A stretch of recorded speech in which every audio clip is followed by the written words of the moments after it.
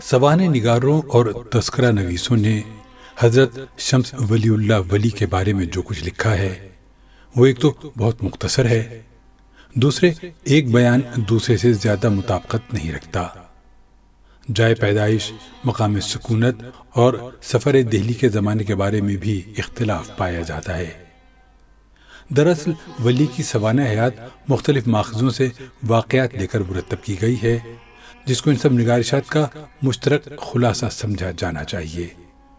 اہل تحقیق نے دستاویزی شہادتوں کی بنیاد پر یہ لکھا ہے کہ شمس اللہ ولی 1667 میں احمد آباد گجرات میں پیدا ہوئے تھے اور انہوں نے شاہ وجی الدین کی خانقاہ میں تعلیم حاصل کی، پھر اپنے کچھ اہل خاندان کے ساتھ اورنگ آباد منتقل ہو گئے اور وہیں رہ بس گئے، لیکن ان کا تعلق گجرات سے رہا۔ عمر کے آخری ایام احمد آباد میں گزرے، وہیں سے 1707 میں وہ جہان فانی سے رخصت ہو گئے اور احمد آباد میں ہی مدفون ہیں۔ سن 2002 میں گجرات میں جو فرقہ وارانہ فسادات ہوئے ان میں ولی کا مقبرہ بھی شہید کر دیا گیا۔ احمد آباد سے ولی اپنے ایک بہت گہرے دوست ابو المعالی کے ساتھ 1700 میں دلی گئے تھے اور وہاں انہوں نے کچھ اچھے شعراء اور صوفیوں سے ملاقات کی۔ شاہ سعد اللہ گلشن شاعر، صوفی اور عالم تھے اور بقول خود ولی کے ان کی شاعری کے بڑے مداح تھے۔ اس میں کوئی شبہ نہیں کہ اہل دہلی نے جو اس زمانے میں فارسی کے دلدادہ تھے اور فارسی غزلیات مشاعروں میں پڑھتے تھے، اردو غزل کی طرف مائل نہ تھے۔ دہلی والوں کو اردو میں شاعری کرنے کا اشارہ ولی سے ہی ملا۔ خود ولی دہلی کی زبان سے کتنے متاثر ہوئے یہ بھی قابل غور ہے۔ یہ ظاہر ہے کہ دہلی کے سفر سے پہلے ولی دکنی زبان میں شعر کہتے تھے۔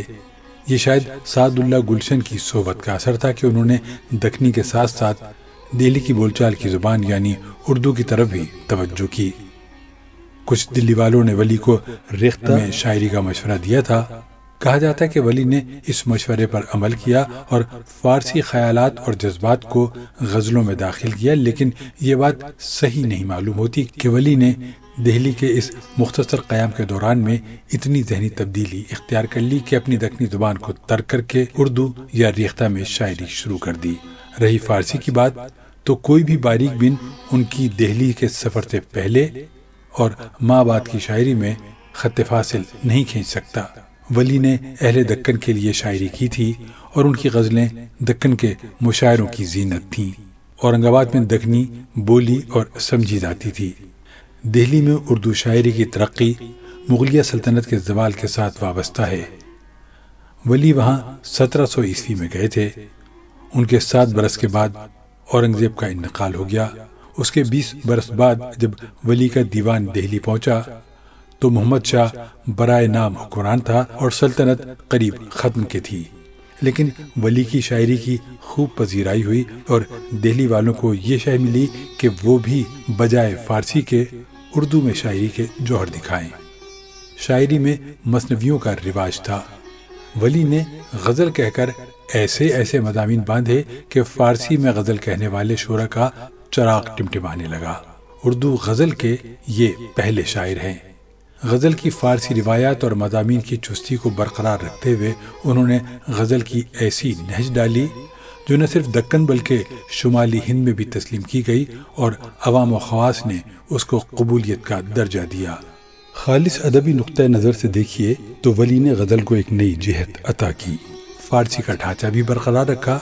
غزل میں انہوں نے ان انسانی تجربات کو بیان کیا جو اس سے قبل غزل کے لیے اچھوتے مضامین تھے۔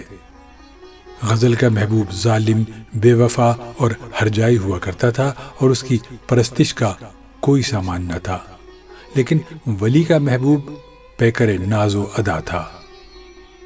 یاد کرنا ہر گھڑی اس یار کا، ہے وظیفہ مجھ دل بیمار کا، چاہتا ہے اس جہاں میں گر بہشت، جا تماشا دیکھ اس رخسار کا، آرزوئے چشمے کوثر نہیں، تشنہ لب ہوں شربت دیدار کا۔ اردو ادب میں ولی کی تاریخی اہمیت ناقابل انکار ہے۔ انہوں نے اہل دہلی پر یہ اچھی طرح واضح کر دیا کہ اپنی بول چال کی زبان میں بھی عمدہ شاعری کی جا سکتی ہے۔ جب اردو کی طرف رغبت بڑھی اور اس کو عوام و خواص پسند کرنے لگے تو اس سے فارسی شاعروں کا بازار سرد پڑ گیا۔ اردو کو اپنی صلاحیتوں کے اظہار کے لیے انہوں نے ایک نہایت پرکشش اسٹیج تیار کر دیا تھا۔ ولی کے دہلی جانے یعنی 1700 عیسوی سے 1857 تک اردو شاعری کا وہ زمانہ ہے جس میں بڑے بڑے اساتذہ اس اسٹیج پر آئے۔ دہلی نے درد، میر، سودا اور غالب جیسی شہرۂ آفاق ہستیاں پیدا کیں اور زبان اردو کو استحکام عطا کیا۔ ولی شاعری کی دو مختلف روایات کے علمبردار تھے، ایک وہ روایت جس پر فارسی کے اثرات تھے اور جو رفتہ رفتہ ختم ہوتی جا رہی تھی، دوسری وہ حقیقت جو ریختہ یا اردو اور دکنی بن کر ابھر رہی تھی۔ روایت کے تداخلی دور میں ولی نے یقیناً بہت اچھی شاعری کی اور نئی نئی مثالیں قائم کرتے چلے گئے جن کو آنے والے شعراء نے برقرار رکھا اور بڑھاوا دیا۔ ولی میں وہ تمام خوبیاں تھیں جو ایک اچھے اور کامیاب شاعر میں ہونا چاہیے: تخیل کی بلندی اور محسوسات کی شدت، انتہائی لچکیلا اور گوناگوں طرز کلام۔ ان کے تخیلات کا میدان کسی قدر محدود سا ہے کہ زیادہ تر عشق و محبت کے معاملات نظم کیے ہیں، کہیں کہیں صوفیانہ شاعری بھی کی ہے، باوجود اس کے کہ ہندوستان کے سیاسی حالات دیگرگوں تھے اور ہر طرف ایک بے چینی کی سی کیفیت تھی۔ انہوں نے یاس و غم اور اضطراب و تشویش کا اپنے اشعار میں نہ ہونے کے برابر ذکر کیا ہے۔ ڈاکٹر عبدالحق کی دریافت کے مطابق دیوان ولی کا مخطوطہ جو جامع مسجد لائبریری ممبئی میں ہے ان کے سن وفات کو ظاہر کرتا ہے، یعنی 1118 ہجری 1707 عیسوی کے مطابق۔